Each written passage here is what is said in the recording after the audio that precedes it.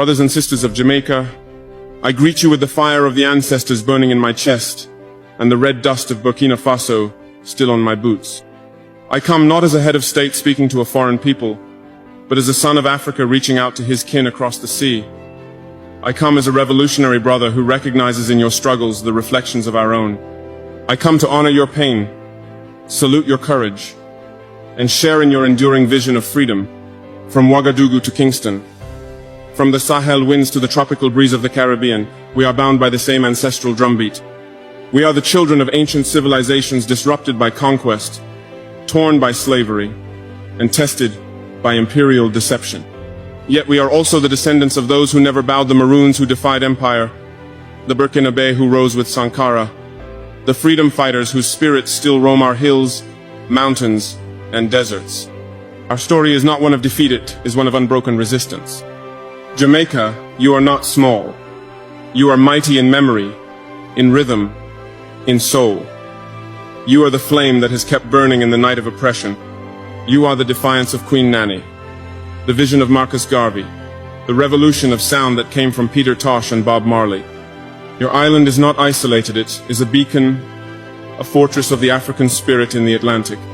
When I listen to Bob Marley, I do not hear entertainment, I hear sacred instruction.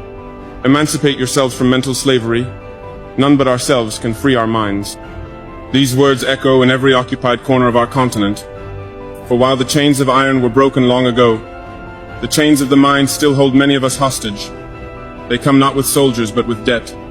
They come not with whips, but with NGOs. They do not enforce submission through colonial laws, but through economic blackmail, cultural domination, and the silencing of truth. Africa knows this well. In Burkina Faso, we buried Thomas Sankara, a son of the soil who dared to dream aloud. He spoke of self-reliance, dignity, and anti-imperialism. For that, they killed him. Not just foreign agents, but collaborators from within. That is the great tragedy of our times. That betrayal too often wears a familiar face. Yet the flame he lit has not died. It has moved from village to village, heart to heart, until once again, the people have stood and said, enough. We are reclaiming our voice, our resources, our futures. And in doing so, we recognize the same spirit in you, Jamaica. Jamaica, your story is Africa's story. Your Maroons are our freedom fighters. Your sugar fields mirror our cotton plantations. Your stolen children found themselves on ships whose sails were soaked in blood. And yet you built music from suffering, wisdom from wounds, and solidarity from struggle. Peter Tosh roared, I don't want no peace. I need equal rights and justice. This is not a protest, it is a prophecy. Peace without justice is the silence of the oppressed. We do not want handouts. We want fairness. We want truth. We want the world to see us not as problems to manage, but as partners in the shaping of a new global reality. But the system is not neutral. The West did not become powerful through diplomacy alone. It gained its wealth from stolen labor, looted resources, and conquered minds. And when we resist, they do not hesitate to destabilize, discredit, or destroy. We have seen it with Lumumba, with Nkrumah, with Gaddafi, and again with every African nation that tries to stand upright. And yet, they fear our unity.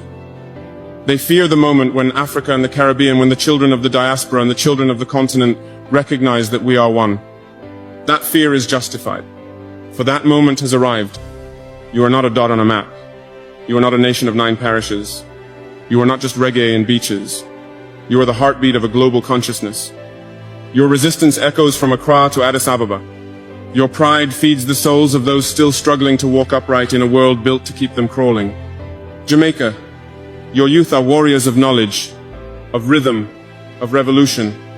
Do not wait to be told you matter. Stand, create, mobilize, build cooperatives, guard your land.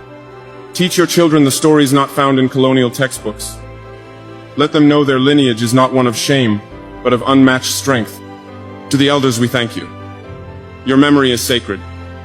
You who remember when resistance had a cost, when black skin was a target, when black thought was a threat, you are the living libraries of our struggle. Your wisdom is our blueprint. Tell us the names they tried to erase. Sing the songs they feared.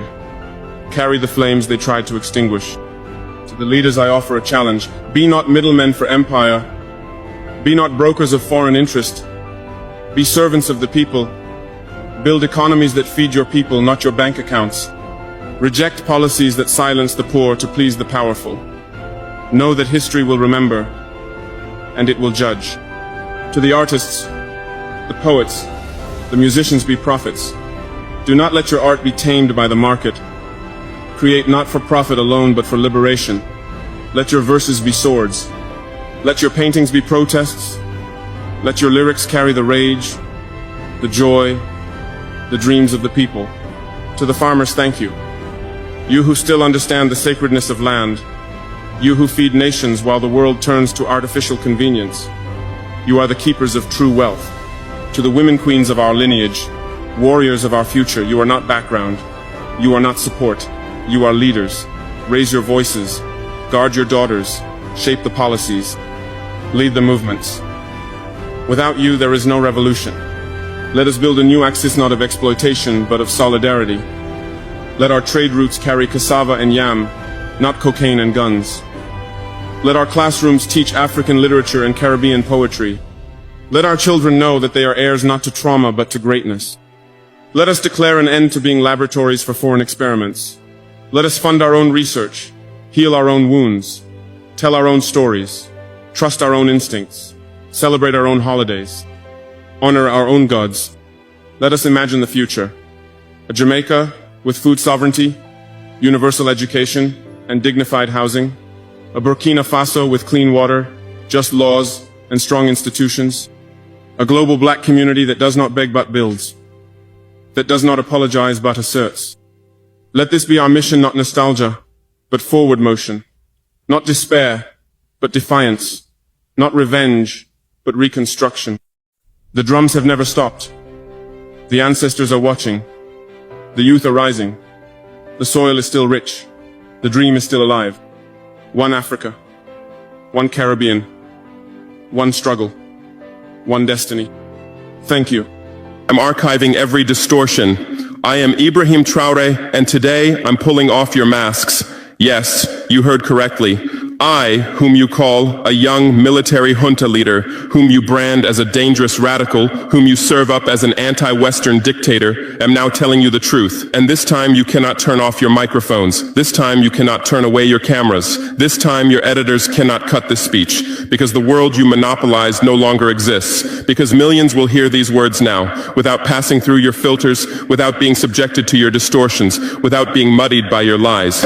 I am 34 years old. Every day of my life, I grew up with your lies. As a child, I would watch Africa on television. Always the same images. Children with flies, dry lands, weapons, death. This is Africa, they told us. This is what Africa is. And we believed it. We were ashamed of ourselves. We were ashamed of our own lands, of our own people. But then I grew up. I read, I researched, I questioned, and I understood that the Africa you showed us wasn't real. The story you told us was a lie. The fate you imposed on us was a script you had written. For years, how have you portrayed Africa? How have you shown it? How have you sold it to your viewers? As if we were creatures who had no share of humanity, as if we were savages left outside of civilization, as if we were wretches waiting for you to save us. Every day, every hour, every minute, the same story plays on your screens. Hunger, war, disease, corruption, terror, chaos. These are the words that come to mind when Africa is mentioned. In your Africa dictionary, there are no other words. No hope, no success, no development, no resistance, no honor, no pride, no victory. So I ask you, New York Times, Washington Post, Guardian, Le Monde, have you ever made Africa's successes your headlines? How many times have you written about Rwanda's technology miracle? How many times have you shown Ethiopia's reforestation project? How many times have you praised Botswana's democratic success? How many times have you described Kenya's entrepreneurial ecosystem? No, because these don't fit your scenario. Your Africa cannot be successful. It cannot, because then how will you legitimize your exploitation? If it's not in need of help, how will you intervene? If it's not backward, how will you look down on it? Have you ever asked yourselves, has any editor sitting at their desk, any news director in a meeting, any columnist at their keyboard ever thought, why are the people of the world's richest lands poor? Here are the numbers for you, real numbers. Africa owns 70% of the world's cobalt reserves. Your cell phone, your computer, your electric car won't work without cobalt.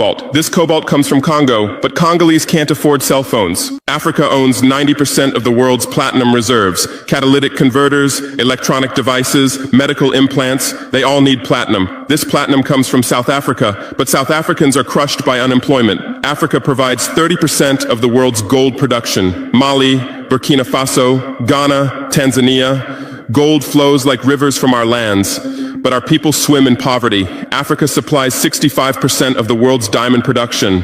Botswana, Angola, Congo, Sierra Leone, billions of dollars worth of diamonds are extracted, but our miners live on $1 a day. Africa owns 35% of the world's uranium reserves. Niger, Namibia, South Africa. Nuclear plants run on our uranium. Paris lights burn with our uranium, but our villages have no electricity. And you still ask, why is Africa poor? No, the right question is, how was Africa kept poor while being so rich? Here's your answer. Colonialism didn't end. It changed shape. You used to come and occupy our lands. Now you come and establish companies. You used to take by force. Now you make agreements. You used to rule with the whip. Now you rule with credit. Let me give you concrete examples. With numbers, names, dates, but you'll never write about these. Glencore, Swiss-based mining giant, extracting cobalt in Congo. 2022 revenue, $256 billion. Tax paid to Congo, $500 million. That's 0.2%. Is this justice? Rio Tinto, British-Australian mining giant, extracting bauxite in Guinea, 20 million tons annually. What's left for Guinea? Environmental pollution and cancer. Total Energies, French oil giant, extracting oil in Angola, Nigeria, Congo. 2022, profit, $36 billion investment in Africa, dirty pipelines, Anglo-American, founded in South Africa but now in London. Diamonds, platinum, iron, taking everything. What it left in South Africa? 6 million unemployed miners. And these are just the tip of the iceberg. What about the invisible, the secret deals, the offshore accounts, the transfer pricing tricks? Every year, $88 billion in illegal money flows out of Africa. Who writes about this? Every year, $45 billion in aid comes to Africa. Everyone writes about this, but no one says Africa is not the continent receiving aid, it's the continent giving aid. While you zoom your cameras on swollen bellies, there is a huge system working silently in the background. Every day, tons of gold, diamonds, cobalt, uranium, oil leave our land. But how? Here is the system. Step 1, create corruption, bribe our leaders, open offshore accounts, promise them a life of luxury, send their children to your schools. Step 2, make deals, get 50-year, 99-year concessions, ask for tax exemptions, be exempt from environmental rules, ignore labor rights. Step 3, control the infrastructure. Take over ports, airports, railways, but only from the mine to the harbor. Don't build roads to the villages. Don't bring electricity to schools. Step 4, provide security. Set up private security companies. Arm them. Declare protesting. Step 5, silence the media. Buy local journalists. Suppress opposing voices. Serve internal unrest news to international media. And this is how the system works. It's been working like this for 100 years, and you don't see this system. You don't want to see it, because you're part of this system too. Who are the biggest advertisers of New York Times, CNN, BBC, oil companies, mining companies, arms companies, pharmaceutical cartels, the companies that exploit Africa? You live on their money, you defend their interests, and what I'm about to tell you might cost me my life, but it's no longer time to be silent. France's system in Africa is the CFA franc.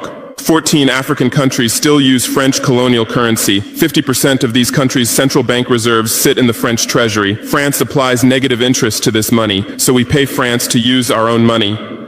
Through this system, France transfers $500 billion worth of resources from Africa every year. Does anyone write about this? No. But when France gives Africa 10 billion euros in aid, it makes headlines. Britain's system is more sophisticated. London is the world's money laundering center. City of London, offshore paradise. Every penny stolen from Africa passes through London. Jersey, Guernsey, Cayman Islands, Virgin Islands, all under British control. Africa's wealth hides there.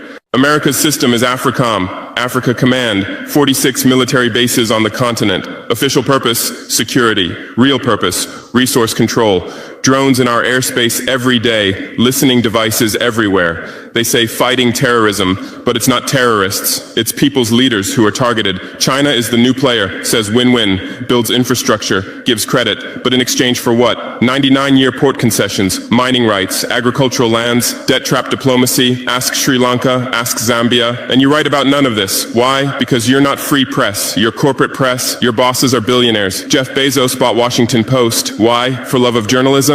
Rupert Murdoch's media empire, Fox News, Wall Street Journal, The Sun, The Times, all from the same hand, all giving the same message. West is good, others are bad. Carlos Slim is the largest shareholder of New York Times, Mexican billionaire. Where's his wealth from? Monopolized telecommunications, got rich off Latin America's back, now controls America's most respected newspaper. And you claim to do independent journalism? Who are your editors? Which schools did they graduate from? Harvard, Yale, Oxford, Cambridge?